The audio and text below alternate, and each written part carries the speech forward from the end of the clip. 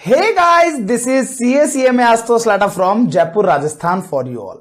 So guys, स्वागत है आप सभी लोगों का लाटा प्रोफेशनल एकेडमी के प्लेटफॉर्म पर, जहां पर कॉस्टिंग आसान है। तो आइए दोस्तों, टारगेट कॉस्टिंग के आखिरी पार्ट में आप लोगों का स्वागत है। तो टारगेट कॉस्टिंग के आखिरी पार्ट में आप लोगों का स्वागत है। आज हमारा ये जो चैप्टर है टारगेट कॉस्टिंग, ये होने वाला है कंप्लीट। मैं आपको बता दूं, लास्ट लेक्चर के अंदर हम लोगों ने क्वेश्चन नंबर कहां तक कंप्लीट किया था। हमने क्वेश्चन नंबर 11 तक के सभी क्वेश्चंस कंप्लीट कर लिए थे एंड हमारे क्वेश्चन नंबर 12, 13 एंड 14 हमारे पेंडिंग है, जो कि मैं आपको पता है कि क्वेश्चन नंबर 12 मैं आपको कराने वाला हूं, 13 आप लोगों का होमवर्क है और 14 मैं आपको कराने वाला हूं। तो इन शॉर्ट मुझे इस पार्ट में केवल 2 क्वेश्चंस कराने हैं। 2 क्वेश्चंस कराते ही आपका ये चैप्टर हो जाएगा फिनिश, ठीक है। देन उसके बाद में जो आपका एमसीक्यू वगैरह का पोर्शन है वो हम लोग कवर अप करेंगे, और वो कैसे, कब, कहां, क्या करेंगे वो मैं आप लोगों को बताऊंगा इस वीडियो के एंड में। तो आइए दोस्तों, फटाफट से स्टार्ट करते हैं इस चैप्टर के 2 अत्यधिक इंटरेस्टिंग क्वेश्चन। अत्यधिक इंटरेस्टिंग का मतलब क्या हो गया? ऐसे क्वेश्चंस जो रियल में एक चैलेंजिंग क्वेश्चंस मैं आप लोगों को कह सकता हूं कि कहीं ना कहीं थोड़े अच्छे क्वेश्चंस हैं, जिसमें आपको पहला क्वेश्चन जो मैं करवाने जा रहा हूं वो है क्वेश्चन नंबर 12। क्वेश्चन नंबर 12 आप देखोगे और यहां पर मैंने लिखा है old study material. Old study material का मतलब क्या हो गया? इसका मतलब यह है दोस्तों कि यह क्वेश्चन ओल्ड स्टडी मटेरियल में था, बट इंस्टीट्यूट ने न्यू स्टडी मटेरियल में इसको हटा दिया। ऐसा, आइए, इंस्टीट्यूट ने न्यू स्टडी मटेरियल में नया क्वेश्चन ऐड कर दिया, मतलब कि एक क्वेश्चन कर दिया इंस्टीट्यूट ने। दैट मीन्स पिछली बार जो हमारी बुक थी उसके अंदर यह क्वेश्चन ऑलरेडी था, लेकिन इंस्टीट्यूट ने केवल इस एक क्वेश्चन को रखा है न्यू सिलेबस के अंदर आप लोगों के स्टडी मैट में, और ये क्वेश्चन आप लोगों के वर्कबुक में भी ऑलरेडी इंस्टीट्यूट ने कवर किया है। और मैं आपको बता दूं, कहीं ना कहीं एग्जामिनेशन के अंदर 6 to 8 मार्क्स के लिए ये एक अच्छा क्वेश्चन है। तो आप लोग इस क्वेश्चन को इंपॉर्टेंट क्वेश्चन मार्क जरूर कर लेंगे। ये क्वेश्चन आप लोगों के लिए इंपॉर्टेंट है, प्लस आप लोग इसको 1 डे बिफोर भी मार्क कर लेंगे। मैं आपको बता दूं, इस क्वेश्चन को 1 डे बिफोर का मतलब हो गया कि आपको इसको एग्जाम के 1 दिन पहले भी, दैट मीन्स आप लोगों का कल एग्जाम है तो इस क्वेश्चन को आपको आज भी देख करके जाना है कि आखिरकार इस तरह के क्वेश्चन का किस तरह से सॉल्यूशन हुआ है, ठीक है। तो ये 1 डे बिफोर में ये क्वेश्चन आप लोगों को रखना है, ध्यान रखिएगा। मैं आप लोगों को बाद में नहीं बताने वाला हूं कि 1 डे बिफोर कौन कौन से क्वेश्चंस आप लोगों को करने हैं। मैं चैप्टर्स के साथ साथ आप लोगों को 1 डे बिफोर क्वेश्चंस मार्क कराते हुए चल रहा हूं, आप लोग उसको देखते हुए चलेंगे। चलिए आइए दोस्तों, इस क्वेश्चन को ध्यान से देखते हैं। इस क्वेश्चन को देखने से पहले मैं आप लोगों को याद कराना चाहूंगा एक कॉन्सेप्ट जो हम लोगों ने, हमारा जब कॉन्सेप्ट बिल्डिंग हम लोग कर रहे थे, जब मैंने आप लोगों को initial lecture of target costing में जब मैंने आप लोगों को बताया था कि टारगेट कॉस्टिंग क्या है, इसके कॉन्सेप्ट क्या क्या होते हैं, तो मैंने आप लोगों को एक चीज और बताई थी कि आप लोगों के लिए टारगेट प्राइस जो होती है वो मार्केट में जो कॉम्पिटिटर्स की प्राइस होती है वो होती है। लेकिन कई बार ऐसा होता है कि आपके कॉम्पिटिटर्स को कुछ ऐसे स्पेसिफिक खर्चे करने पड़ जाते हैं जो शायद आपको ना करने पड़े। तो अगर आपको वो खर्चे नहीं करने पड़ेंगे तो आपके लिए जो टारगेट सेलिंग प्राइस है ना, वो टारगेट सेलिंग प्राइस कम हो जाएगी। लेट्स सपोज से टेकन एन एग्जांपल, आपके कॉम्पिटिटर किसी पर्टिकुलर प्रोडक्ट को 100 रुपीज में बेचता है। आपका जो कॉम्पिटिटर है वो किसी पर्टिकुलर प्रोडक्ट को 100 रुपीज में बेचता है, लेकिन वो क्या करता है, ये 100 रुपीज में जो प्रोडक्ट है उसको होम डिलीवरी करवाता है। क्या करवाता है दोस्तों? होम डिलीवरी, जिसके अंदर उसका कहीं ना कहीं 5 रुपीज इंवॉल्व होता है। अब मुझे एक चीज बताओ, क्या आप होम डिलीवरी देते हो? आंसर है नो। अगर आप होम डिलीवरी नहीं देते तो फिर आपको ये प्रोडक्ट 95 में बेचना पड़ेगा। क्यों? क्योंकि ये 5 रुपए जो होम डिलीवरी के हैं ये आपको लेस करने पड़ेंगे for the purpose of calculation of target selling price. उम्मीद करता हूं ये कॉन्सेप्ट आप लोगों को याद होगा, जो हमने डिटेल में पहले भी डिस्कस किया था। अभी इस क्वेश्चन के अंदर भी हम लोग वो पॉइंट डिस्कस करने वाले हैं। तो दोस्तों, अब पॉइंट क्या है, इस क्वेश्चन को ध्यान देना है हमारे को। इस क्वेश्चन के अंदर मैं आपको पहले ही ब्रीफिंग बता देता हूं इस क्वेश्चन के रिगार्ड में। इस क्वेश्चन में क्या है, एक कंपनी है, वो कंपनी क्या है, पेपर डिस्ट्रीब्यूशन का काम करती है। पेपर डिस्ट्रीब्यूशन का जो काम है वो, उसमें इन्होंने बताया कि हम लोग डायरेक्टली मर्चेंट को दे देते हैं। मतलब कि जो कंपनी आपकी कॉम्पिटिटर है वो डायरेक्टली मर्चेंट को दे देती है, लेकिन जब बात करते हैं हम हमारी, तो हमने उसको डायरेक्टली मर्चेंट को देने की जगह पहले हम उसको वेयर हाउस में दे रहे हैं, और वेयर हाउस में देने के बाद फिर हम लोग हमारा आगे मर्चेंट को दे रहे हैं। तो ऐसा करके हमारा एक बीच में एक वेयर हाउसिंग वाली जो चेन है वो भी वहां पर इंसर्ट हो जाती है। तो दोस्तों ध्यान से सुनिएगा इस क्वेश्चन के बारे में, क्या कह रहा है ये क्वेश्चन। अब हम पढ़ते हैं इस क्वेश्चन को, आइए आप और हम लोग। क्या कह रहा है, you the manager of paper mill Mahi limited, you are the manager of a paper mill, एक पेपर मिल है उसके आप मैनेजर हैं। लेट्स सपोज से मैं मेरी बात कर लेता हूं, सीएमए आशुतोष लाटा, ऑल इंडिया रैंक 1 इन सीएमए फाइनल, ये आपके इसके माही लिमिटेड के पेपर मिल के मैनेजर है। ओके सर लाटा जी, बहुत बढ़िया बात है। पहली बात तो मैं आपको बता दूं, मेरा सरनेम लाटा है, जिनको हिंदी आती है ना उन लोगों को बता देता हूं, इट्स लाटा। कई लोग इसको आशुतोष लता सर बोल देते हैं, ऐसा नहीं है बच्चों, मेरा नाम आशुतोष लाटा है, टैसे टमाटर, ठीक है ना। ऐसे बचपन में हमको हिंदी सिखाई गई थी, टैसे टमाटर, है ना, तो वैसा। तो you are the manager of paper mill Mahi limited, तो लाटा जी जो हैं वो आपके माही लिमिटेड के पेपर मिल के मैनेजर हैं।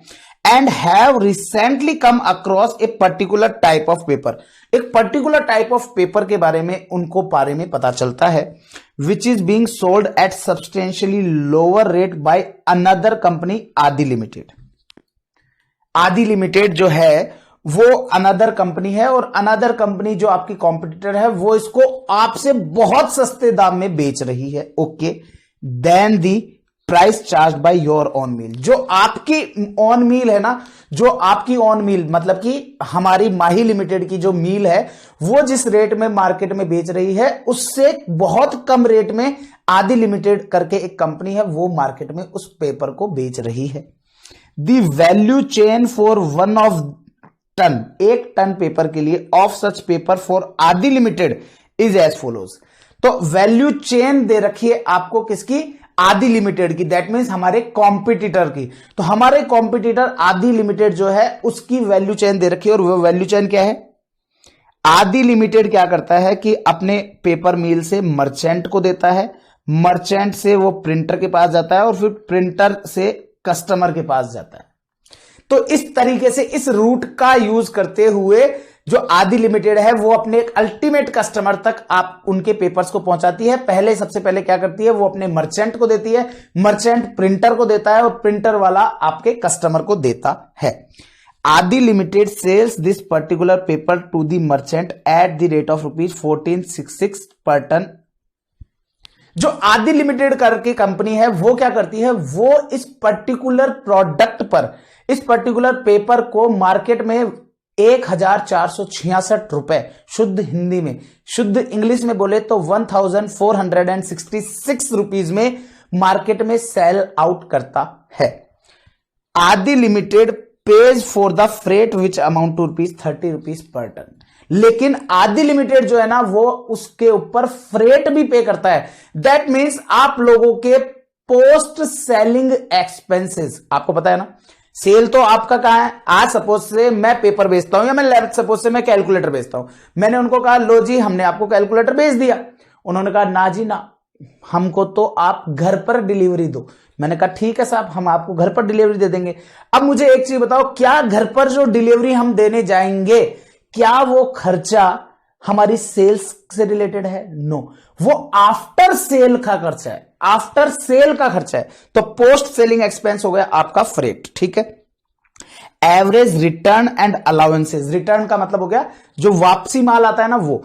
Average return and allowances amount to 4% of sale, sale का 4% जो है वो होता है। अब सेल कितनी है सर, सेल की प्राइस है 1466।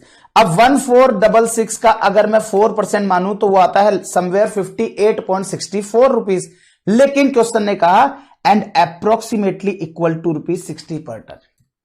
क्वेश्चन ने खुद ने स्पेसिफाई कर दिया अप्रोक्सीमेटली ₹60 पर टन आएगा। ऑल्दो मेरा यहां पर 58.64 अमाउंट आ रहा था, बट 4%, अब क्योंकि सिंस क्वेश्चन ने खुद ने बोल दिया कि 60 रुपीज मेरा रिटर्न है, तो आपको फिर 60 रुपीज ही लेकर के चलना है। आगे चलते हैं। The value chain of your company. अब बात करते हैं हमारी कंपनी माही लिमिटेड की। तो माही लिमिटेड कंपनी की वैल्यू चेन के बारे में बात करते हैं। Through which the paper reaches to ultimate customer, जहां से हमारा पेपर जो अल्टीमेट कस्टमर तक पहुंचता है ना, वो कैसे है? इज सिमिलर टू आदि लिमिटेड। हमारा भी सिमिलर टू आदि लिमिटेड है, मतलब कि आदि लिमिटेड से मर्चेंट, मर्चेंट से प्रिंटर, प्रिंटर से कस्टमर। लेकिन however your mill does not sell directly to merchant. लेकिन आपकी जो कंपनी है ना, दैट मीन्स माही लिमिटेड, वो डायरेक्टली मर्चेंट को नहीं दे रही है। तो फिर क्या कर रही है? द लेटर, लेटर का मतलब हो गया मर्चेंट, लेटर का मतलब हो गया मर्चेंट। सर लेटर का मतलब कैसे होता है? दोस्तों अगर ये बोला गया आदि लिमिटेड टू मर्चेंट, तो ये हो गया लेटर और ये हो गया बिगिनर। ये आपका अर्लियर वाला हो गया आदि लिमिटेड और लेटर हो गया मर्चेंट। तो इन्होंने बोला the latter receiving the paper from a huge distribution centre managed by your company at Haryana. लेकिन जो ये मर्चेंट है दोस्तों, आपका बाकी का पूरा जो वैल्यू चेन है ना, वो बिल्कुल सेम है। लेकिन ये जो मर्चेंट है, ये मर्चेंट आपसे नहीं ले रहा है डायरेक्ट, बल्कि आपने एक डिस्ट्रीब्यूशन सेंटर, जिसे मैं डीसी बोल रहा हूं, वो डीसी बीच में आता है। तो आपकी कंपनी जो है माही लिमिटेड, माही लिमिटेड क्या करती है? आपका माल देती है डिस्ट्रीब्यूशन सेंटर को, डिस्ट्रीब्यूशन सेंटर देखता है मर्चेंट को, फिर मर्चेंट देता है प्रिंटर को और प्रिंटर देता है कस्टमर को। मतलब कहने का मतलब क्या हुआ कि ये जो पूरी वैल्यू चेन है, इसके अंदर आपकी कंपनी जो है वो बिल्कुल वही चेन फॉलो करती है जो आदि लिमिटेड करती है। लेकिन बस अंतर है तो केवल एक, कि आपकी कंपनी जो है वो मील से डायरेक्टली मर्चेंट को नहीं देती। मील से आपका माल पहले डिस्ट्रीब्यूशन सेंटर जाता है और डिस्ट्रीब्यूशन सेंटर से आपका माल फिर मर्चेंट के पास जाता है। ओके, ठीक है।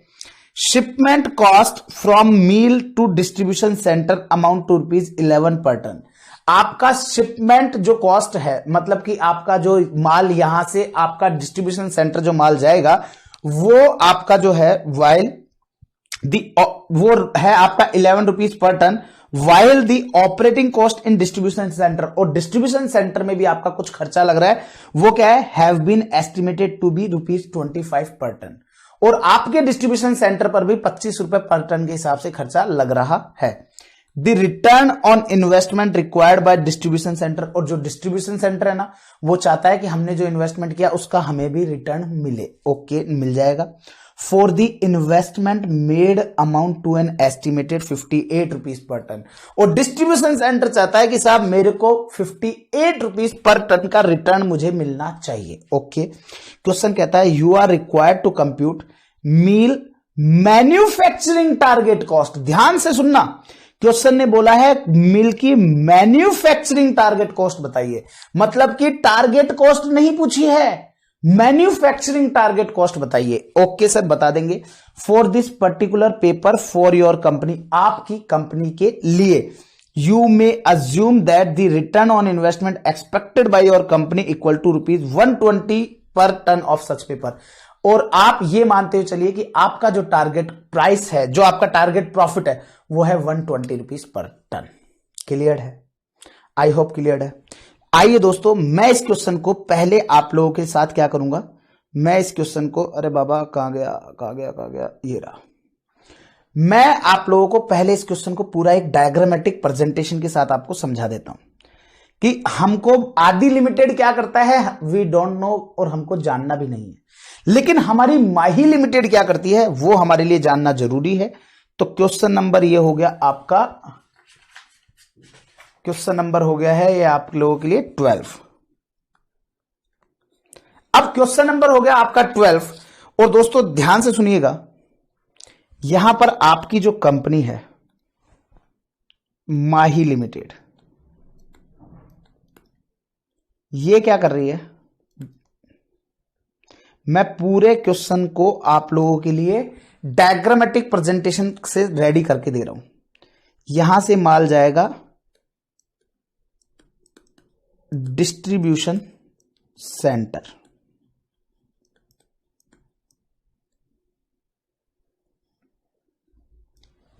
जो कि कहां है, हरियाणा में। क्वेश्चन ने बोला है डिस्ट्रीब्यूशन सेंटर है हमारा, जो कि है हरियाणा में। मैं आपको बता दूं, ये diagrammatic presentation is not forming part of your solution. ये जस्ट मैं आप लोगों को समझाने के लिए बता रहा हूं। एग्जाम में आपको ये ड्राइंग बनाकर आने की जरूरत नहीं है। फिर डिस्ट्रीब्यूशन सेंटर से जो है वो आपका सामान क्या है, वो आपका जाता है, वहां से जाएगा मर्चेंट के पास, फिर मर्चेंट से वो चला जाएगा आपके प्रिंटर के पास, और प्रिंटर से आपका जो माल है वो चला जाएगा अल्टीमेट कस्टमर के पास। ये हो गई आपकी वैल्यू चेन। क्लियर है? अब ध्यान से सुनना, एक एक पॉइंट को ध्यान से सुनिएगा। क्वेश्चन ने क्या कहा, क्वेश्चन का क्या कहना है, वो ध्यान से सुनेंगे हम लोग।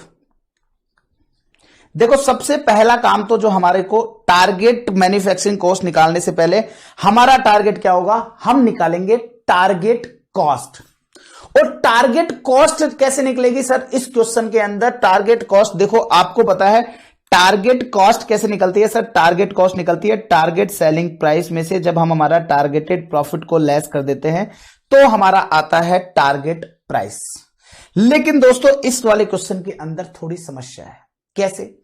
आपको इस वाले क्वेश्चन में टारगेट सेलिंग प्राइस भी डिसाइड करनी पड़ेगी। टारगेट सेलिंग प्राइस भी डिसाइड करनी पड़ेगी, और रीजन बड़ा सिंपल है, वो ये कि क्योंकि आपके कॉम्पिटिटर की जो प्राइस दी गई है उस कॉम्पिटिटर की प्राइस में कॉम्पिटिटर आपके क्या कर रहा है, वो बाहर उनको अदर सर्विसेज भी दे रहा है, जैसे कि उनको पर्सनली जाकर के वो शिपमेंट दे करके आ रहा है, कुछ उनका नॉर्मल सेल्स रिटर्न्स भी उनको आते हैं। तो उन सब चीजों को कंसीडर करते हुए उसने प्राइस डिसाइड करी है। अब आपके बारे में तो क्वेश्चन ने बताया नहीं है कि आपको कोई माल वापस से रिटर्न आता है, अलाउंसेस लगता है, या आप कोई फ्रेट देते हो, तो दैट मीन्स वो खर्चा हमारे लिए स्पेसिफिक खर्चा है नहीं है। आपके मतलब स्पेसिफिक खर्चा है जो आपका नहीं लग रहा, आपके कॉम्पिटिटर आदि लिमिटेड का लग रहा है, तो आदि लिमिटेड का वो खर्चा लग रहा है, तो दैट मीन्स हमारे को टारगेट सेलिंग प्राइस निकालते समय वो स्पेसिफिक खर्चे लेस करने पड़ेंगे। तो आप यहां पर एक नोट बना करके लिखेंगे, क्या लिखेंगे? Since our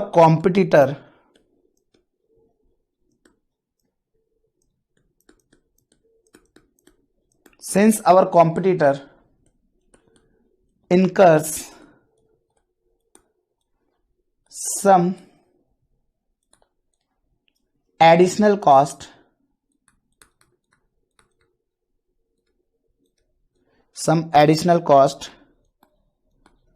which we no need to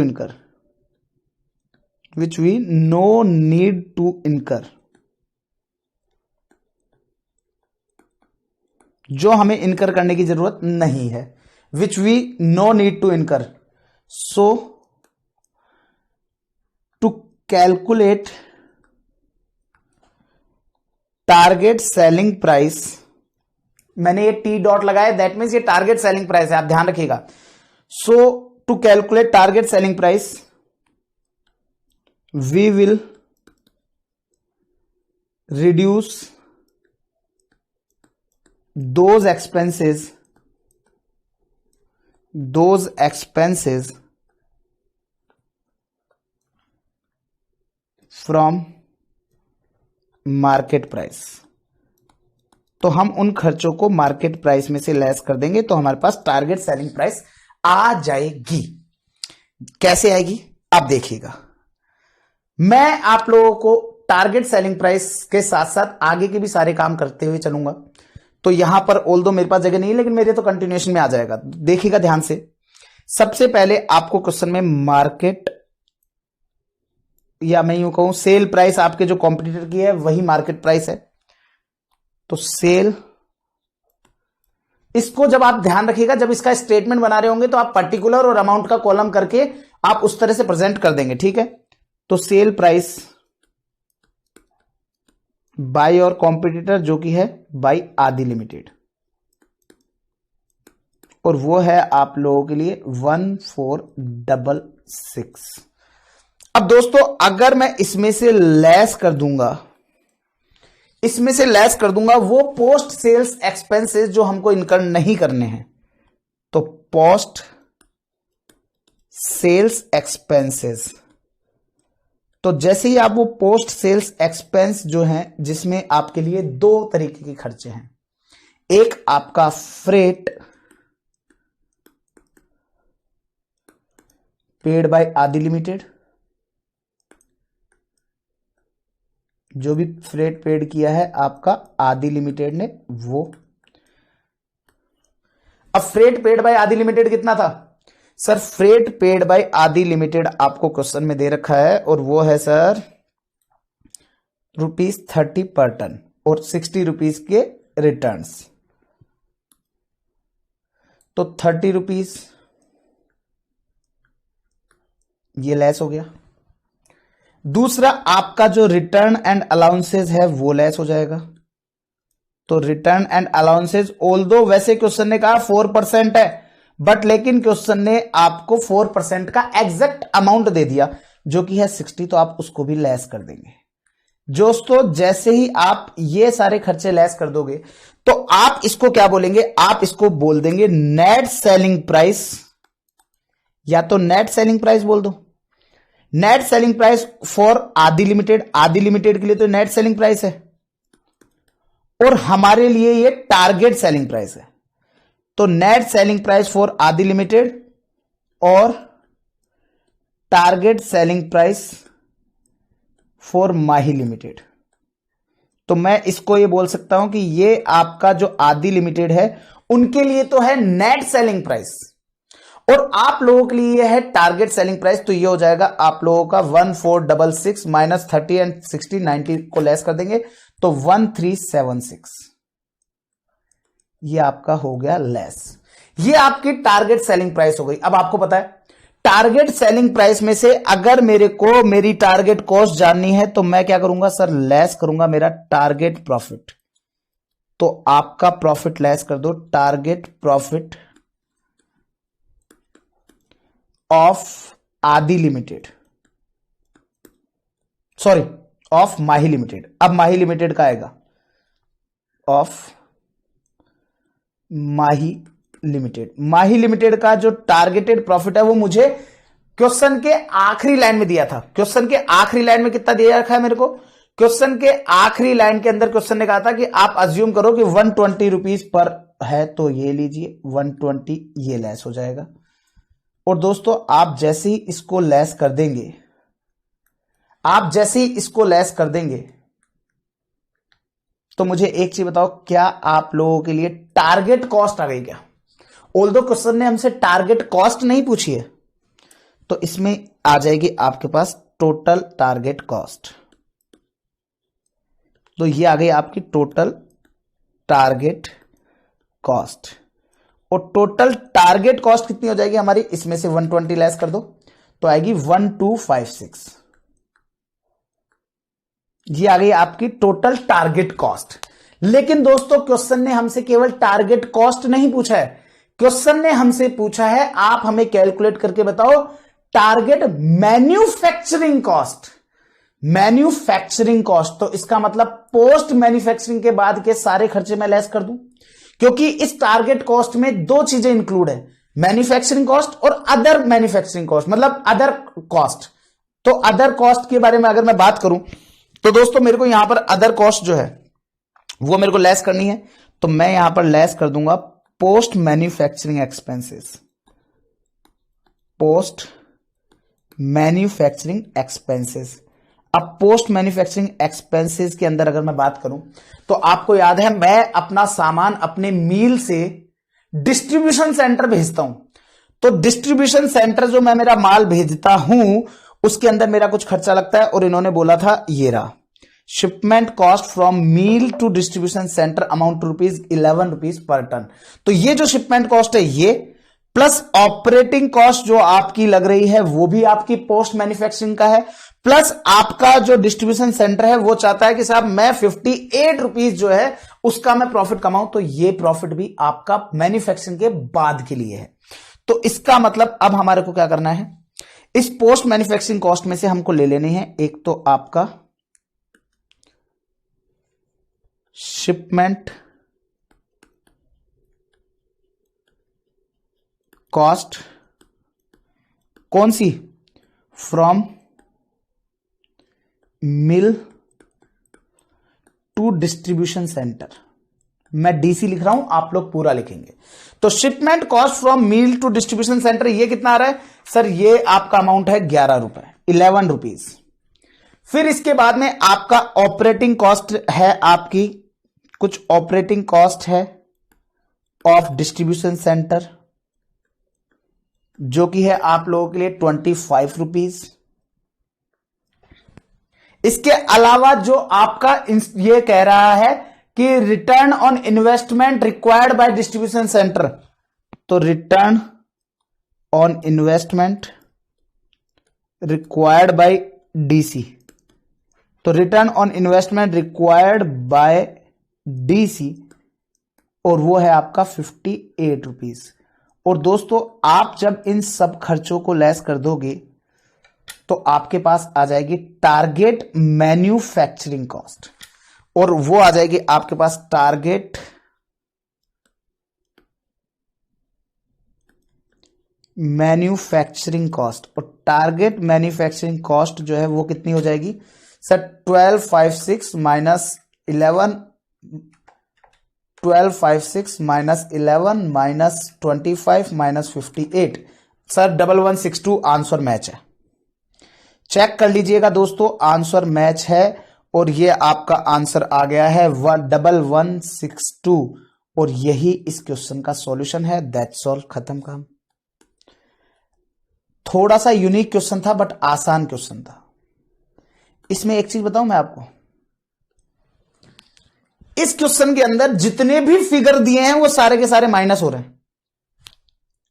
मतलब कि अगर आप लोगों को अपना क्रॉस चेक करना हो ना, आपको क्रॉस चेक करना हो कि सर मेरा आंसर सही आया कि नहीं आया, तो ऊपर ही ऊपर जो आपने 1466 जो ये प्राइस दे रखे ना, ये वाली, ये 1466 की प्राइस ले लो। इसके बाद जितने भी वैल्यू दे रखी है वो सारी की सारी लेस होगी, वो सारी की सारी लेस होगी। आप देख लो, सबकी सब लेस हो रही है।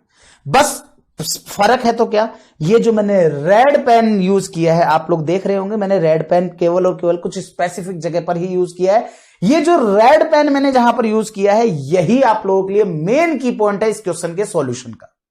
मतलब कि अगर आप इस क्वेश्चन को यहां से ये लिखना चाहो, ये नोट ऊपर वाला जो नोट है आप लिखना चाहो तो भी लिख भी सकते हो, और नहीं चाहो तो आप सीधा स्टेटमेंट यहां से लिख सकते हो। ऊपर हेडिंग डाल दोगे statement to calculate target manufacturing cost of Mahi limited. तो यहां पर आप ध्यान से देखोगे, सबसे पहले मैंने क्या किया, मैंने सेलिंग प्राइस उठाई अपने कॉम्पिटिटर की।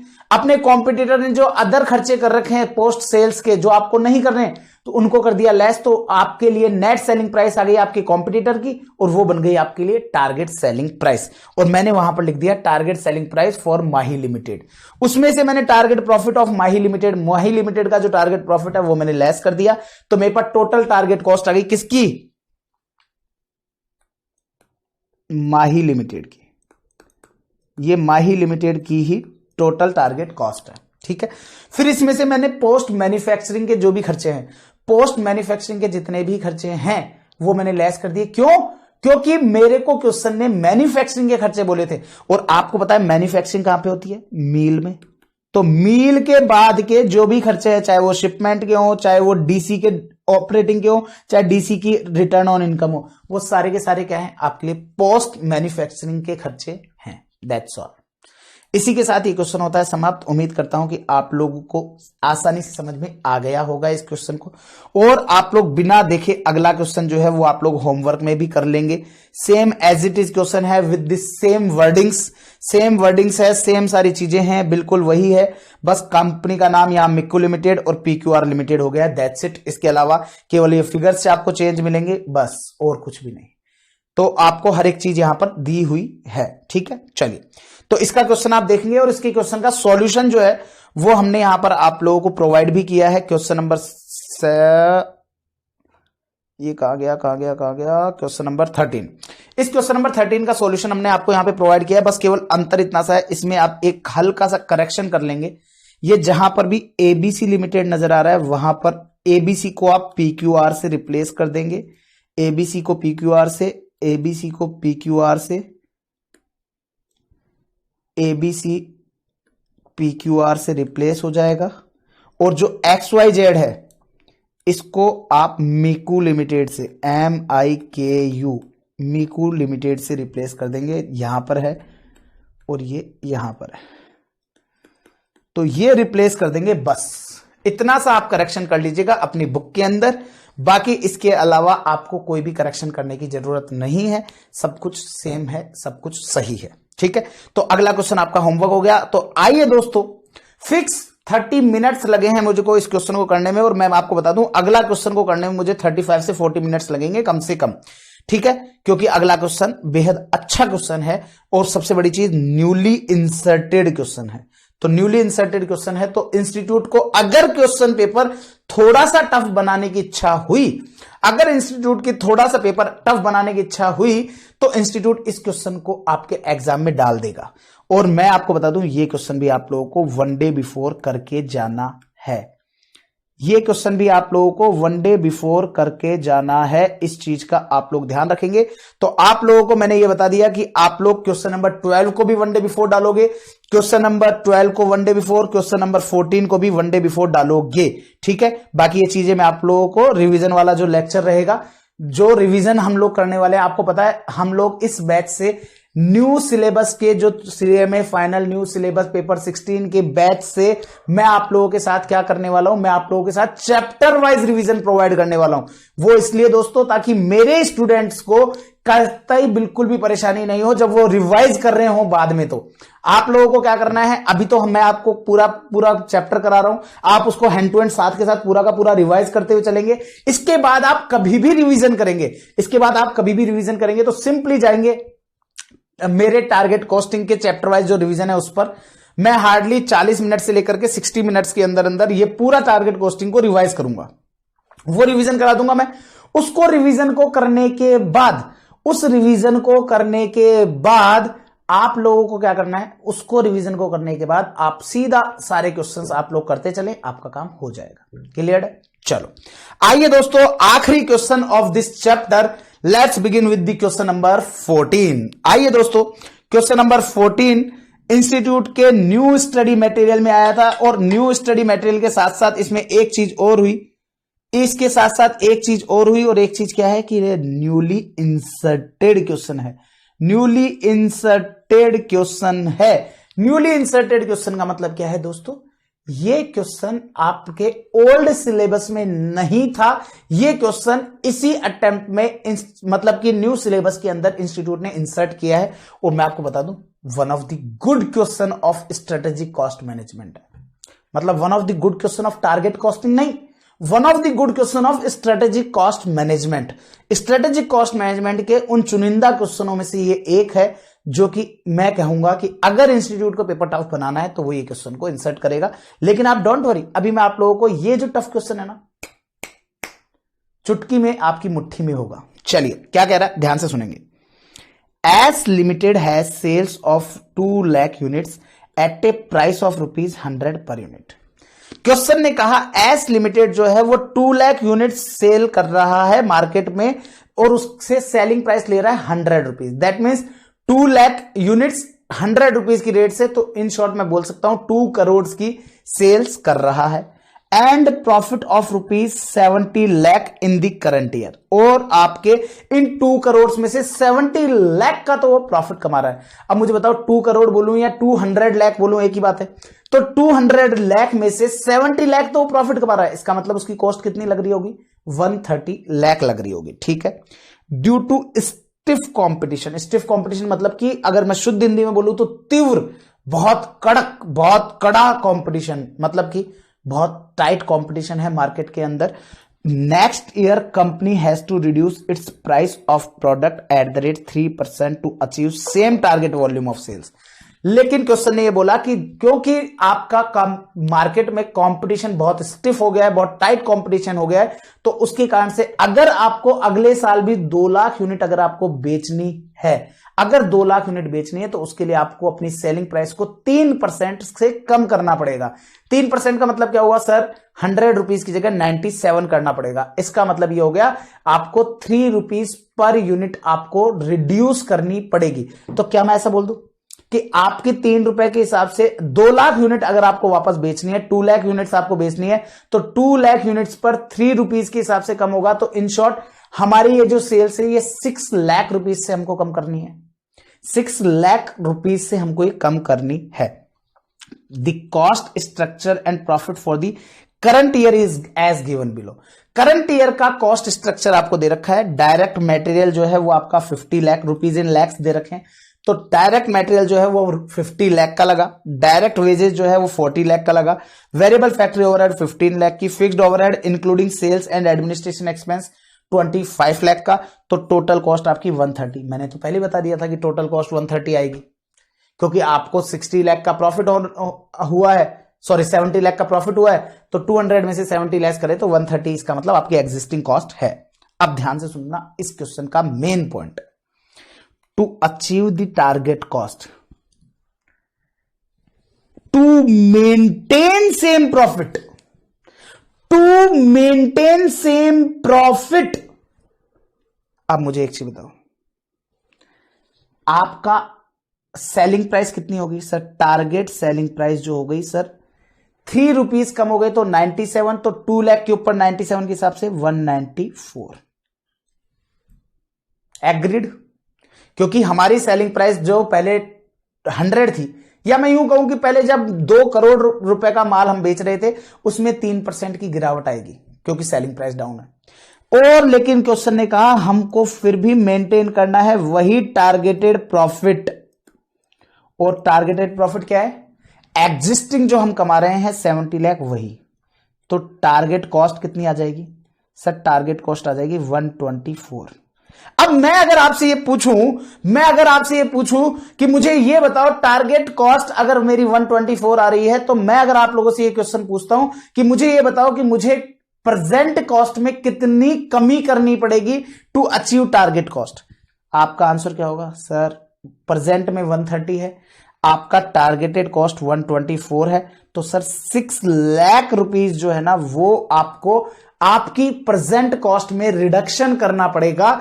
और अगर आपने प्रेजेंट कॉस्ट में 6 लाख रुपए का रिडक्शन कर दिया तो सर आपकी रिवाइज्ड प्राइस के ऊपर भी आप अपना एग्जिस्टिंग प्रॉफिट अचीव कर जाओगे। से यस और नो? आई होप क्लियर है। दैट मीन्स मुझे 6 लाख रुपए, 6 लाख रुपीज की मुझे मेरी कॉस्ट कम करनी है। क्लियर है? यस सर क्लियर है। ये क्वेश्चन मैंने नहीं, आपके इंस्टीट्यूट ने पूछा है पार्ट नंबर ए में। पार्ट नंबर ए में आपका ये भी क्वेश्चन आएगा। ठीक है, चलो आगे। The company is evaluating the proposal to reduce labour cost and fixed factory overhead. Company जो है, अब क्योंकि 6 लाख रुपए आपको प्राइस कम कर, 6 लाख रुपए से कॉस्ट कम करनी है, तो कंपनी ने इवेल्युएट किया एक प्रपोजल जो कि आपकी रिड्यूस कर देगी लेबर कॉस्ट को और जो कि रिड्यूस कर देगी फिक्स्ड फैक्ट्री ओवरहेड को। कैसे?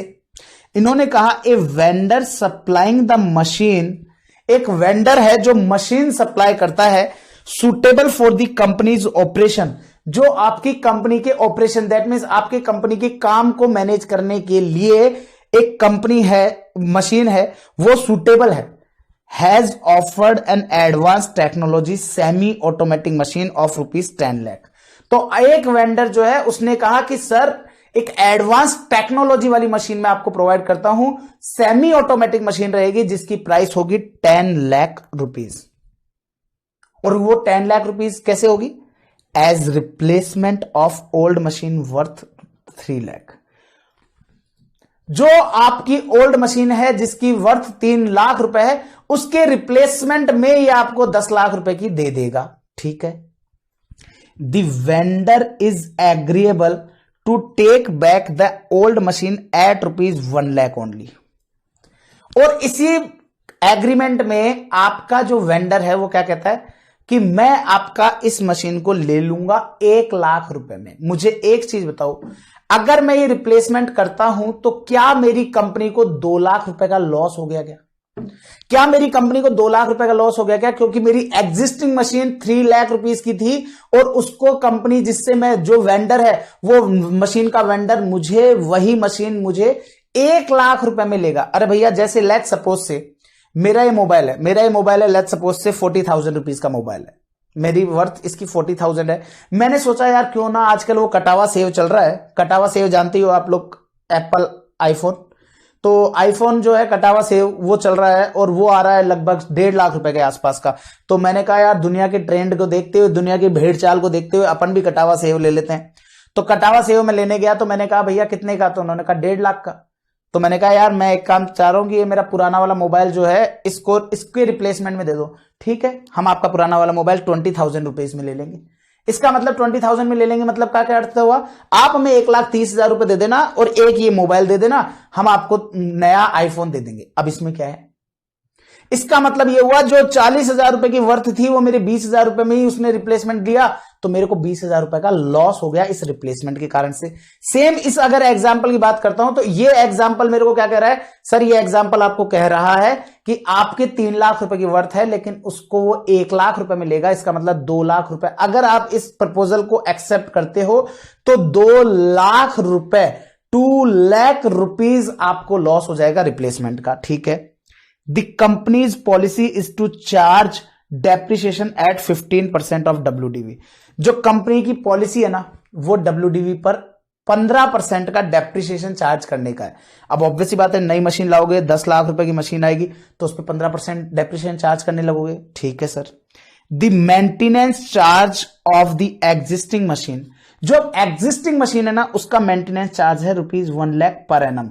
हर साल का 1 लाख रुपए का मेंटेनेंस चार्ज लगता है। Whereas there will be warranty of service free of cost for the new machine first 2 year. और वही नई जो मशीन लाएंगे उसमें आपका वारंटी में रहेगा शुरुआती 2 सालों में। इसका मतलब क्या है, इसका मतलब यह है कि सर जो आपके सालाना मेंटेनेंस लगता था ना ओल्ड मशीन में वो न्यू मशीन में नहीं लगेगा। अब वो न्यू मशीन में नहीं लगेगा तो क्या ये मेरी कॉस्ट सेव होने लग जाएगी क्या? आंसर है यस।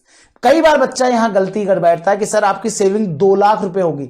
मैंने कहा 2 लाख रुपए 2 सालों में होगी, 1 साल में केवल 1 लाख ही होगी। तो आपको 1 लाख की ही सेविंग कंसिडर करनी है क्योंकि यहां पर जितनी भी कैलकुलेशन हम लोग कर रहे हैं ये 1 साल की ही कर रहे हैं। ठीक है, तो 1 लाख रुपए का जो मेंटेनेंस लगता है वो सेव हो जाएगा। There are 7 supervisors whose salary is 1.5 lakh per annum. अभी हमारे पास एग्जिस्टिंगली 7 सुपरवाइजर्स काम कर रहे हैं जिनको हम लोग सालाना 1,50,000 रुपए की सैलरी देते हैं। The new machine having conveyor belt, जो न्यू मशीन है उसमें एक कन्वेयर बेल्ट है। अब ये कन्वेयर बेल्ट क्या है ये अभी मैं आपको दिखाऊंगा, उसके लिए मुझे एक वीडियो को करना पड़ेगा पॉज। मैं वीडियो को पॉज करके आप लोगों के लिए साथ एक बार बताऊंगा, मैं लाइव दिखाऊंगा कि आखिरकार कन्वेयर बेल्ट क्या होता है। तो just a second guys. Yes guys, अब ये आपको एक यहां पर एक वीडियो मैं आप लोगों के लिए प्ले करने वाला हूं। इस वीडियो को ध्यान से देखिएगा, उसके बाद में मैं समझाऊंगा। ऑल्दो वैसे आपको समझ में भी आ जाएगा इसको देख करके, कुछ देखिएगा एक बार।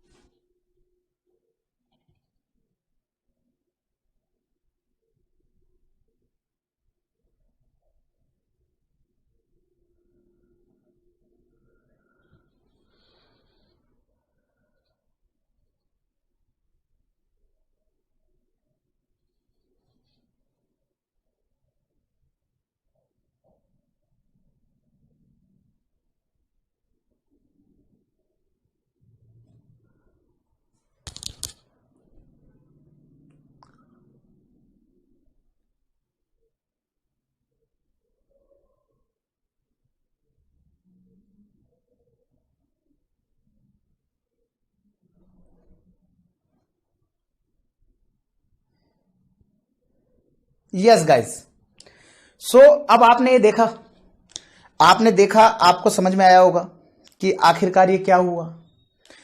एक ऐसा बेल्ट था जो चल रहा है रनिंग में और उसके ऊपर माल रख दिया जाता है और वो माल अपने आप आगे ले जाकर के डिलीवर कर रहा है और उनको सिस्टमेटिकली अरेंज कर रहा है।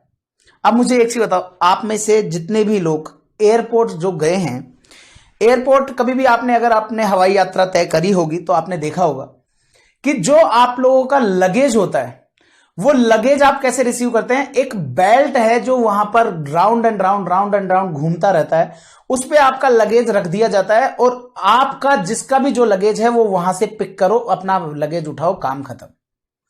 इसका मतलब क्या हुआ, वहां पर अगर वही चीज मैनुअली की जाती, दैट मीन्स अगर कोई व्यक्ति वहां से उठा करके सामान लेकर के आता, कुली वहां पर लेकर आता और वो एक जगह रखता, फिर उसके बाद में वो कहता अजी किसका है किसका है किसका है, आकर के ले लो, तो मुझे एक चीज बताओ क्या वहां पर कितनी मैन पावर लगती?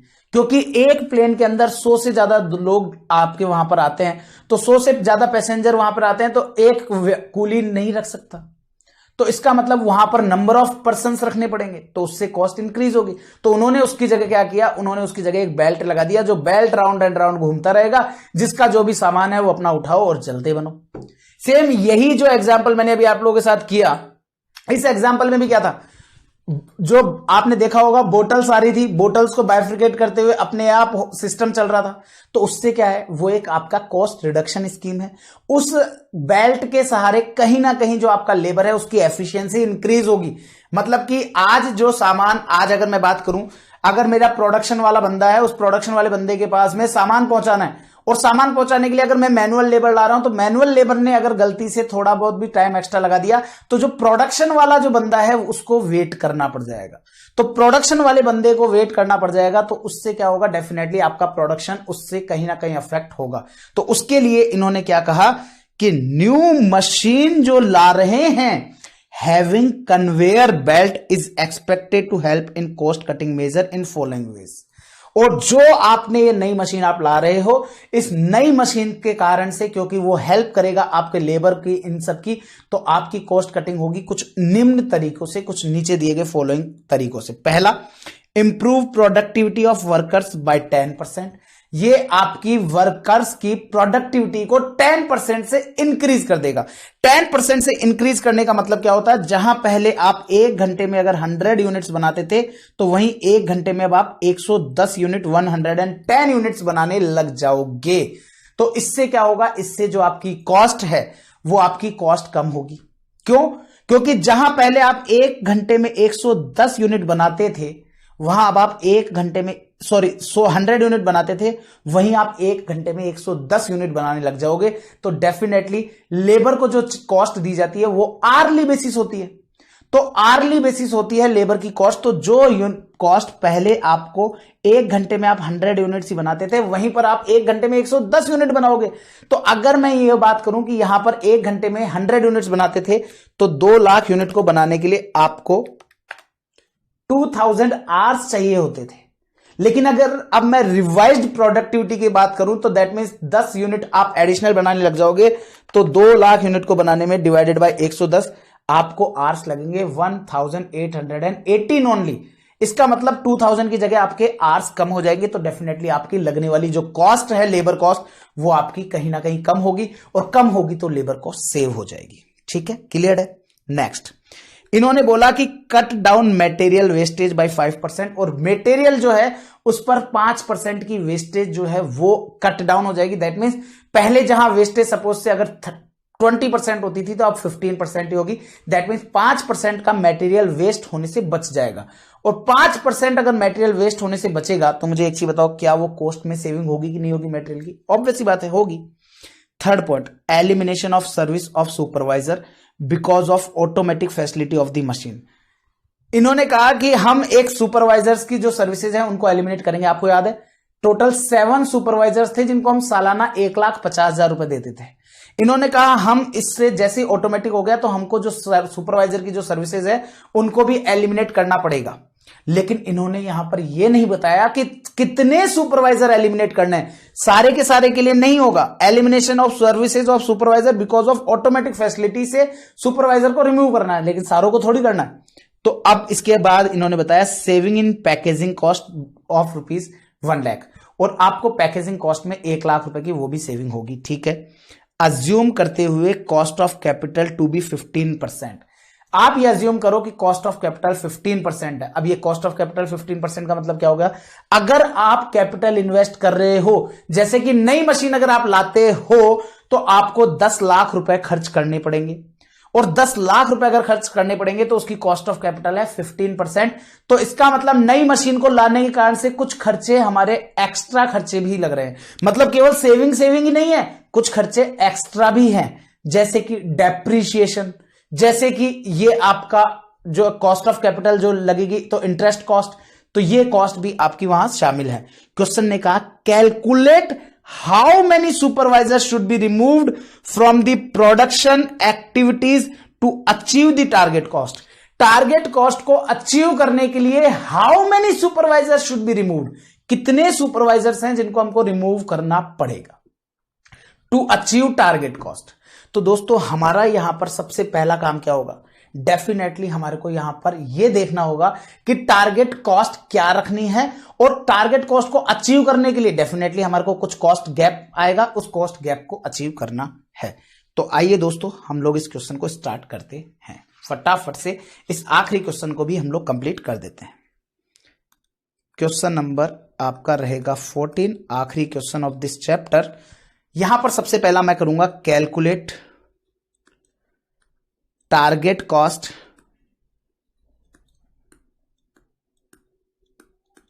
And required cost reduction. सबसे पहले तो मैं ये पता करूंगा कि मेरे को कितनी तो टारगेट कॉस्ट है। Calculate target cost and required reduction amount, required cost reduction amount.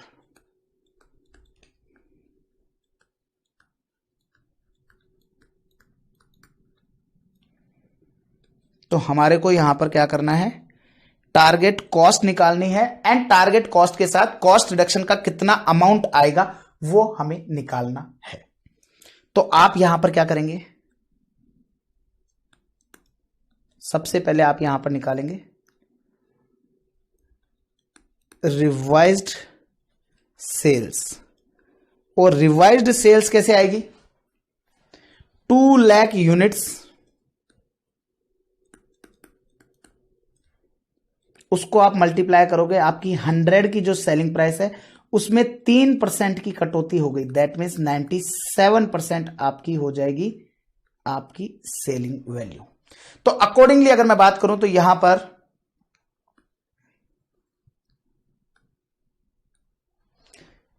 तो आपके पास रिवाइज सेल्स कितनी आ जाएगी, 2 lakh multiply by 100 multiply by 97%, तो दैट मीन्स आपकी 194 लाख रुपीस की आपकी रिवाइज्ड सेल्स आ जाएगी। इसमें से अगर मैं मेरा टारगेट प्रॉफिट रखूं, जो कि मेरा क्या है, एग्जिस्टिंग प्रॉफिट ही मेरा टारगेट प्रॉफिट है, तो टारगेट प्रॉफिट जो है वो मेरा कितना है सर, टारगेट प्रॉफिट जो एग्जिस्टिंग है 70 लाख वही है, तो एग्जिस्टिंग प्रॉफिट जो है वही मेरा टारगेट प्रॉफिट है। तो मेरे पास यहां पर आ जाएगी टारगेट कॉस्ट। तो मेरे पास टारगेट कॉस्ट तो आ गई। अब टारगेट कॉस्ट मेरे पास है, एग्जिस्टिंग कॉस्ट 200 लाख मेरे पास है, तो क्या मैं मेरा कॉस्ट रिडक्शन निकाल सकता हूं क्या, तो required reduction in cost, required reduction in cost. अच्छा मैंने ऊपर टारगेट कॉस्ट नहीं लिखा, टारगेट कॉस्ट है 124 लाख। तो आपका रिक्वायर्ड रिडक्शन इन कॉस्ट जो है वो कितना आ जाएगा सर, 130 लाख आपकी एग्जिस्टिंग कॉस्ट है, इसमें से आप माइनस कर दोगे 124 लाख, और जैसे ही ये माइनस करोगे तो आपके पास रिक्वायर्ड रिडक्शन आ जाएगा जो कि है आपका 6 लाख रुपए। जिसमें से आपका पहला पॉइंट जो मेरा टारगेट कॉस्ट, मैंने सॉल्यूशन के अंदर आपको लिख दिया कि टारगेट कॉस्ट 6 लाख, आप उसको करेक्ट कर लेंगे। टारगेट कॉस्ट 6 लाख नहीं है, टारगेट कॉस्ट रिडक्शन 6 लाख है। तो आप अपनी बुक के अंदर ये हल्का सा करेक्शन कर लेंगे, टारगेट कॉस्ट रिडक्शन जो है, तो टारगेट कॉस्ट रिडक्शन आपका जो रिडक्शन का टारगेट है वो है 6 लाख। तो टारगेट कॉस्ट का रिडक्शन आप लोगों के लिए 6 लाख है। कहां पर आपको करेक्ट करना है मैं आपको बता देता हूं, आइए, ये आप लोग देख पा रहे हैं, ये आपको यहां पर नजर आ रहा है टारगेट कॉस्ट 6 लाख। तो जो टारगेट कॉस्ट 6 लाख दे रखा है, इस जगह पर आप लिख देंगे टारगेट कॉस्ट रिडक्शन 6 लाख। तो ये वाला आप करेक्शन कर लिया है आपने। चलिए अब दोस्तों, अब हमारे को क्या करना है, अब हमारा टारगेट है इस 6 लाख रुपए को अचीव करना। अब दोस्तों इसके लिए क्या होगा, आपने नई मशीन का प्रपोजल आपके पास आया, आपके पास नई मशीन का प्रपोजल आया। अब लेकिन जो नई मशीन है ना, उसमें कुछ खर्चे हमारे ऐसे हैं जो हमारे एक्स्ट्रा लग रहे हैं, मतलब कि सेव होने की जगह एक्स्ट्रा लग रहे हैं, और कुछ खर्चे हैं जो हमारे कम लग रहे हैं, मतलब कि सेविंग हो रही है। अब हमारा टारगेट क्या है भैया? हमारा टारगेट है सेविंग निकालना। तो दोस्तों मैं सबसे पहले क्या करूंगा, मैं यहां पर इसके लिए दो अलग अलग कैलकुलेशंस करूंगा। पहली कैलकुलेशन तो मैं करूंगा saving due to new machine, दूसरा नोट मैं बनाऊंगा additional cost due to new machine. फिर उसका मैं नेट ऑफ कर दूंगा कि नेट सेविंग हो रही है कि नेट कॉस्ट हो रही है, तो वो कुछ सेविंग आ जाएगी वहां से, और हमारे को नेट सेविंग क्या है? 6 लाख। अब पहले तो यहां पर लिखा स्टार करके, क्या लिखना है? स्टार मार्क करके। नाउ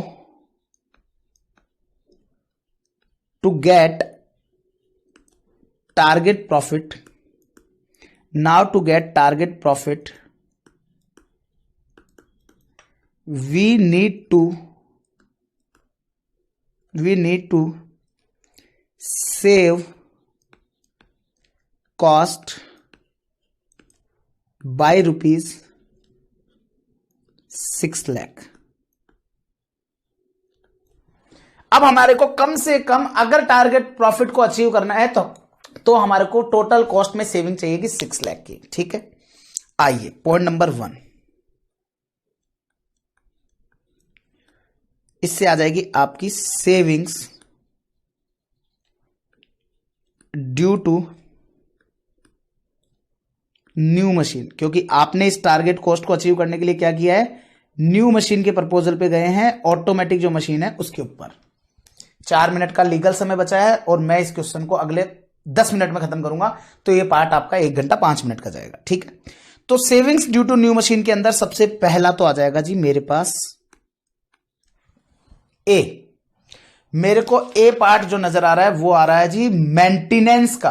आप मैं ऊपर से पढ़ता हुआ चल रहा हूं, जहां जहां पे सेविंग नजर आएगी मेरे को पहली सेविंग नजर आई है मेंटेनेंस चार्ज एक्जिस्टिंग मशीन का 1 लाख रुपए का था, जो कि नई मशीन में नहीं लगेगा। तो मेंटेनेंस चार्ज जो है वो आप लोगों का नहीं लगेगा। बच्चा यहां पर कई बार गलती कर बैठता है कि सर मेंटेनेंस चार्ज की जो सेविंग है ना वो आपकी 2 साल की हुई है, लेकिन हमको यहां पर फॉर 1 ईयर लेनी है, इसलिए मैं आपका वो डाउट आपको ना आए इसके लिए मैं ये काम कर देता हूं। 1 साल की ही लेनी है। क्यों? क्योंकि दूसरे साल की जो सेविंग होगी वो तो अगले साल पर बात करेंगे उसकी। तो आपकी एक सेविंग तो हो गई, ये 1 लाख रुपए की जो है ये। इसके अलावा आप आ जाओ नीचे, क्वेश्चन ने बोला है the new machine having conveyor belt is expected to help in cost cutting measure in following ways. कुछ निम्न तरीके से आपको कॉस्ट में कटिंग करने के लिए उन्होंने बताया। पहला तरीका बताया इंप्रूव प्रोडक्टिविटी ऑफ वर्कर, तो बाय इंप्रूविंग प्रोडक्टिविटी। अब बाय इंप्रूविंग प्रोडक्टिविटी की बात करते हैं। बाय इंप्रूविंग प्रोडक्टिविटी से भी हमारी कुछ कॉस्ट सेव हो रही है, और प्रोडक्टिविटी इंप्रूव करने से अगर हमारी कॉस्ट सेव हो रही है तो वो कितनी हो रही है और कैसे हो रही है? देखो जी, हमारी एग्जिस्टिंग लेबर कॉस्ट जो है, existing labour cost, existing labour cost जो है दोस्तों वो मेरी है रुपीज 40 लाख। अब आपको पता है क्योंकि प्रोडक्टिविटी आपकी प्रोडक्टिविटी जो है बाय इंप्रूविंग प्रोडक्टिविटी बाय 10%, 10% से प्रोडक्टिविटी इंप्रूव हो गई तो डेफिनेटली आपकी जो लेबर कॉस्ट है वो चेंज हो जाएगी। तो रिवाइज्ड लेबर कॉस्ट क्या होगी? ध्यान से सुनना है, ध्यान से समझना है।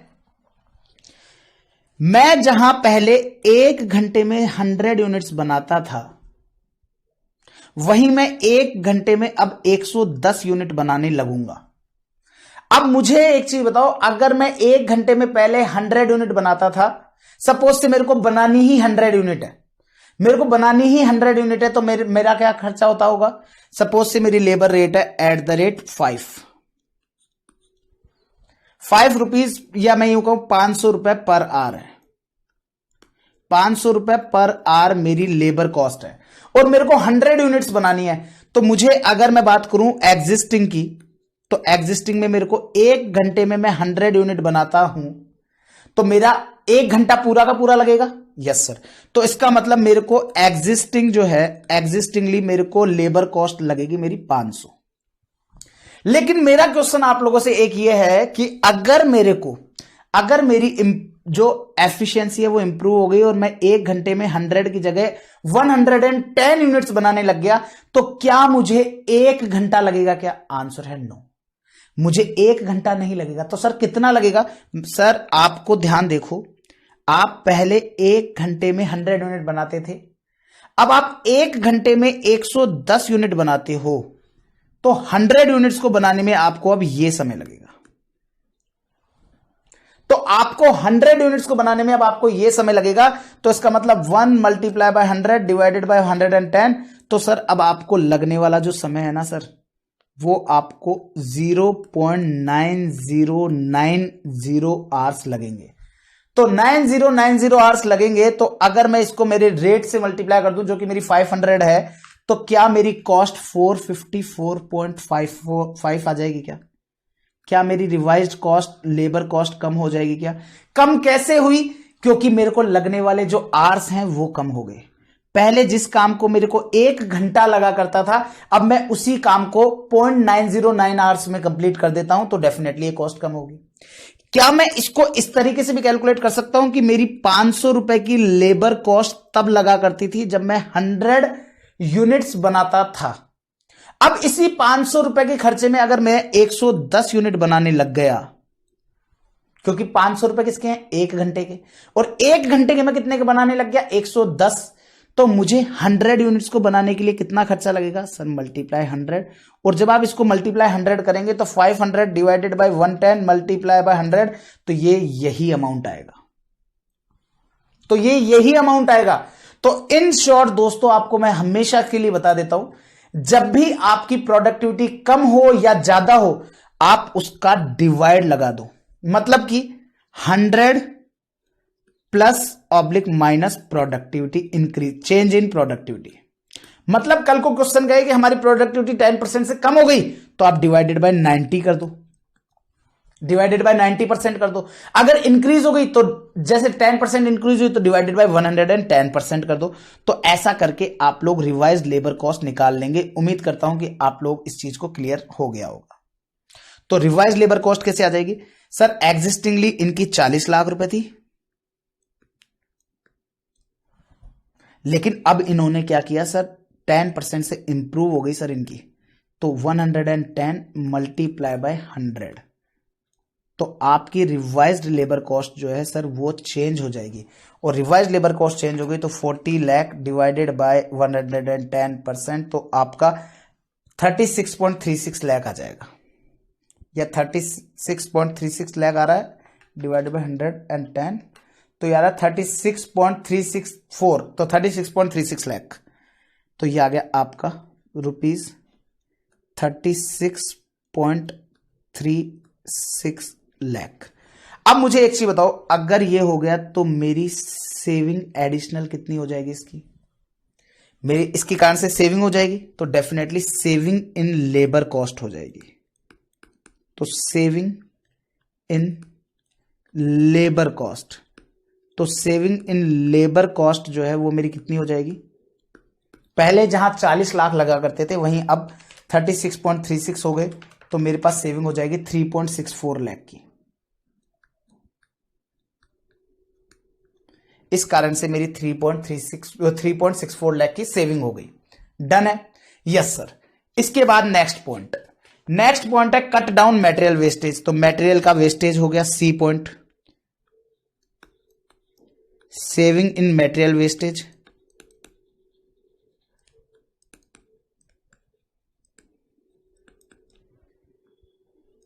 अब क्वेश्चन ने बोला मटेरियल वेस्टेज 5% से सेव हो गया है। तो दोस्तों जहां पहले 50 लाख रुपए का मटेरियल लगता था उसका 5% आपका सेव होने लग जाएगा। तो 5% आपका सेव हो जाएगा, तो दैट मीन्स 2.5 लाख आप लोगों का सेव हो जाएगा मटेरियल वेस्टेज।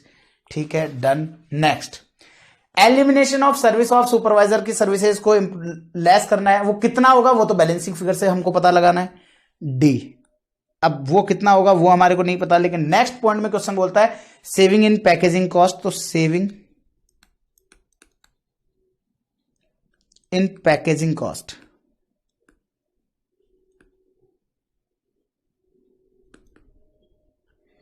और सेविंग इन पैकेजिंग कॉस्ट है आपकी ₹1 लाख।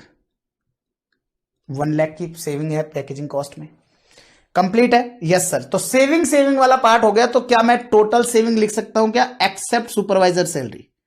सुपरवाइजर सैलरी में भी सेविंग होगी, लेकिन मैं यहां पर लिख सकता हूं टोटल सेविंग ब्रैकेट में आप चाहो तो लिख सकते हो एक्सेप्ट सुपरवाइजर सैलरी, क्योंकि सुपरवाइजर से भी कुछ सेविंग होगी हमारे को। एक्सेप्ट सुपरवाइजर सैलरी, जो भी नई मशीन है उस नई मशीन से टोटल सेविंग कितनी हो जाएगी? 1 लाख तो एक हो गई, 3.64 लाख एक हो गई, 2.5 एक हो गई और 1 लाख एक हो गई, 8.14 लाख। बच्चा बोलता है अरे सर हो गया ना काम, अब तो सर अब तो काम हो गया, हमको तो 6 लाख की सेविंग करनी थी, यहां तो ज्यादा हो गई। मैंने कहा रुको जरा सबर कर, अभी यहां पर पॉइंट बनेगा पॉइंट नंबर 2, और पॉइंट नंबर 2 क्या बोलेगा? Additional cost due to new machine. अब जो नई मशीन आ रही है ना, उसके कारण से आपका कुछ कॉस्ट भी लग रही है। Additional cost due to new machine, जो नई मशीन है उसके कारण से एडिशनल कॉस्ट आपकी लग रही है। और वो एडिशनल कॉस्ट कितनी लग रही है? बस हार्डली 2-3 मिनट का और समय बच गया। अब ध्यान से सुनोगे इस क्वेश्चन में, आप लोगों को ध्यान से सुनना है। सबसे पहला ए पॉइंट, लॉस हुआ है आपको डिस्पोजल कॉस्ट का, लॉस इन डिस्पोजल। आपको डिस्पोजल जो आपने किया है, एग्जिस्टिंग जो मशीन है उसको जब आपने डिस्पोज किया तो 3 लाख की आपकी मशीन है, उसको जब आपने डिस्पोज किया तो 3 लाख की आपने मशीन थी उसको डिस्पोज किया, तो वो वहां पर आपका क्या है? उसको डिस्पोज किया आपने 1 लाख में। तो 3 लाख की मशीन को आपने 1 लाख में डिस्पोज किया, तो आपको 2 लाख का लॉस हो गया डिस्पोजल में। तो 2 लाख का लॉस हो गया है डिस्पोजल में। एक सेकेंड, किन्हीं का कॉल आ गया था, हमने कह दिया भैया बाद में बात करना। चलो, अब लॉस हो गया डिस्पोजल कॉस्ट का। देन इसके बाद में बी पॉइंट आता है आपका। आप ध्यान से देखोगे कि क्वेश्चन ने हमारे को यह बोला है कि जो डेप्रिसिएशन है ना वो आपका 15% लगता है, 15% डेप्रिसिएशन लगता है WDV का। तो कुछ एडिशनल डेप्रिसिएशन लगेगा क्या? यस सर, एडिशनल डेप्रिसिएशन लगेगा। कैसे? जो नई मशीन लाई है उस पर तो 10 लाख पर डेप्रिसिएशन लगेगा, और जो एग्जिस्टिंग मशीन है उस पर 3 लाख पर लग रहा है। तो अगर मैं बात करूं न्यू मशीन पर,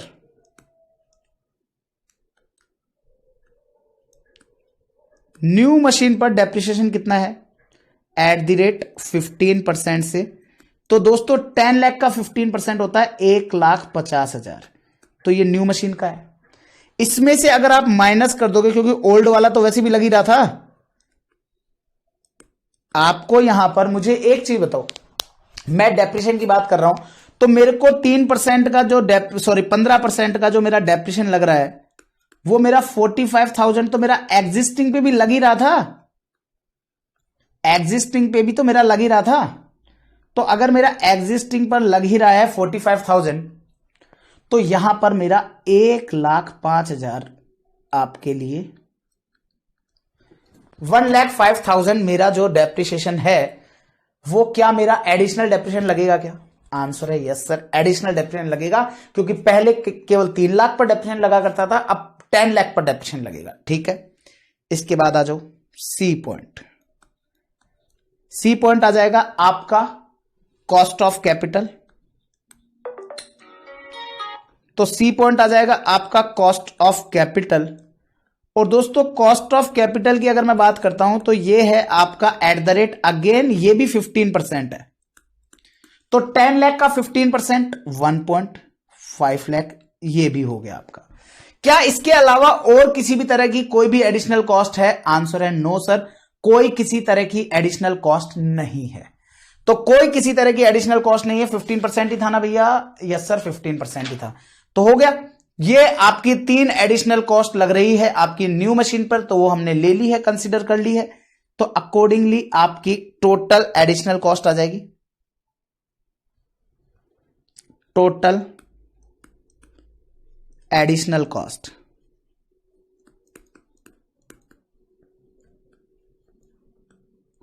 और टोटल एडिशनल कॉस्ट जो है वो आ जाएगी आपकी 2 लाख प्लस 1.05 लाख प्लस 1.5 लाख, तो 4.55 लाख की एडिशनल कॉस्ट आ जाएगी।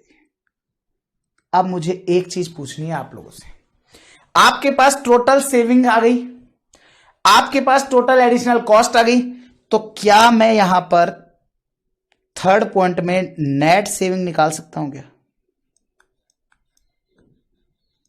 नेट सेविंग, और नेट सेविंग कैसे आएगी? 1 - 2। ये 1 - 2 क्या है सर? मैंने कहा हमने 1 में कैलकुलेट किया था saving due to new machine, 2 में हमने कैलकुलेट किया additional cost due to new machine, और जब मैं इनमें से इसको लेस कर देता हूं तो 8.14 में से जब मैं इसको लेस करूंगा तो ये मेरे पास आ जाएगा 3.59 लाख। अब मेरा नेक्स्ट क्वेश्चन आपसे ये है, नेट सेविंग हुई 3.59 की, करनी कितनी थी सर? करनी थी 6 लाख की, तो बाकी बचे हुए कहां से लाएं सर? बाकी बचे हुए हमको कॉस्ट सेव करनी है, अब वो आएगी cost saving required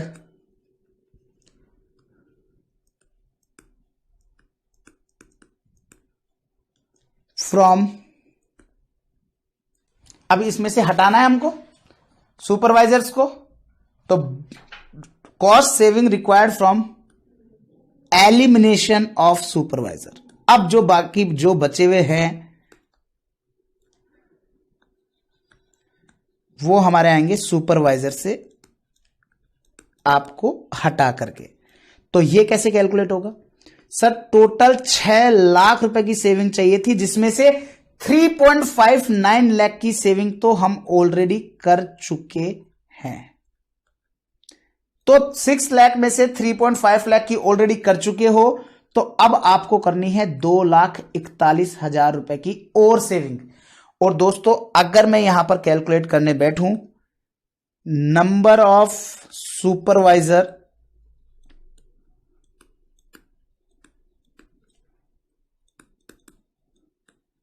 eliminated, elimination required, कितने सुपरवाइजर को एलिमिनेट करना रिक्वायर्ड है, ये कैसे आएगा सर 2,41,000 टोटल सेविंग रिक्वायर्ड है, और एक सुपरवाइजर को हटाते हो तो 1,50,000 रुपए की सैलरी है, 1,50,000 की सैलरी है एक सुपरवाइजर की। तो अगर आपको 2,41,000 का रिमूव चाहिए तो सर आपको कहीं ना कहीं 1.61 सुपरवाइजर हटाने पड़ेंगे, और जिसको हम कह सकते हैं 1.61 या 2। आप चेक कर लीजिएगा, आंसर मैच है, आप चेक कर लीजिएगा आंसर मैच है। और इसी के साथ ये जो क्वेश्चन है और इसी के साथ ये जो चैप्टर है वो भी होता है फिनिश। दोस्तों एक बार के लिए मैं आप लोगों को इस पूरे क्वेश्चन को वापस से रिकैप कराऊंगा। One of the good question है, आप लोग इसको मतलब 5 स्टार लगा लेंगे चाहे, बहुत बहुत बहुत अच्छा क्वेश्चन है। 1 डे बिफोर आपको इसको करना है, 1 डे बिफोर आपको इसको करना है इस क्वेश्चन को, ध्यान रखिएगा आप लोग। मैंने सबसे पहले इस क्वेश्चन में क्या किया, ध्यान से सुनेंगे।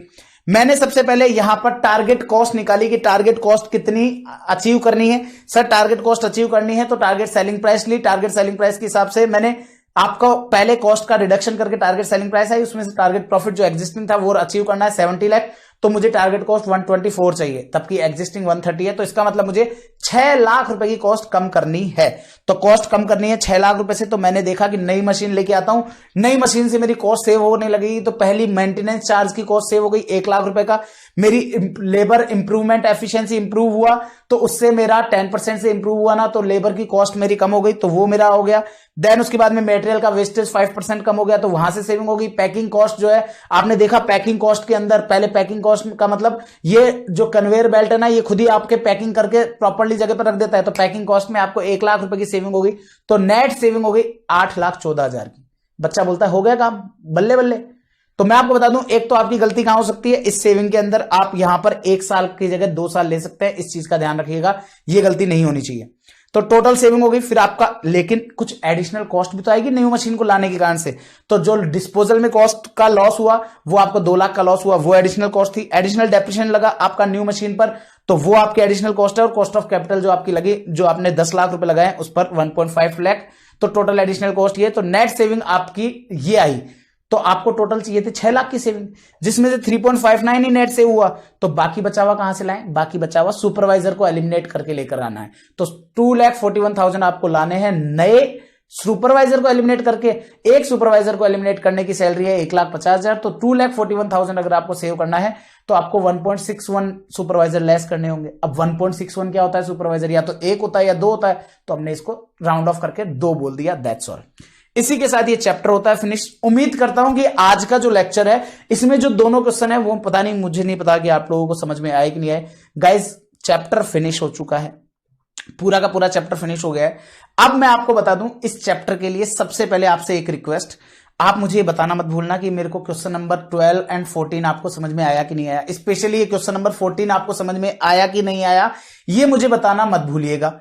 इसके अलावा आप लोग मुझे इस पूरे चैप्टर का फीडबैक जरूर दीजिएगा। अगर आपने मेरे को हर लेक्चर का फीडबैक नहीं भी देंगे ना तो चलेगा, कोई दिक्कत नहीं है, लेकिन दोस्तों आप लोग मुझे चैप्टर वाइज फीडबैक जरूर दीजिएगा कि आपका टारगेट कॉस्ट कंप्लीट हो गया है, आपको ये चैप्टर कैसा लगा, समझ में आया कि नहीं आया, ये आप मुझे बताना मत भूलिएगा।